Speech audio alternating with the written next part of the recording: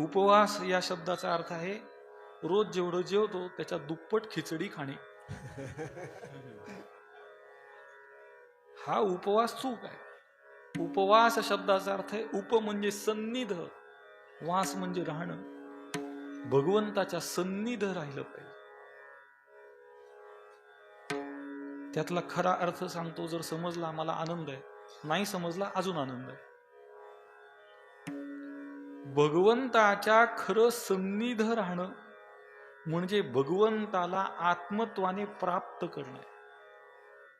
नुसतं बहिरंग रूपाने जवळ बसून काहीच घडत नाही, लक्षात ठेवा.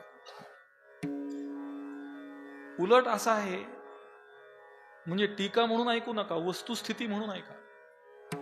जो भगवंताच्या जेवढ्या जवळ बसतो तो तेवढं भगवंताकडे पाठ करून बसतो.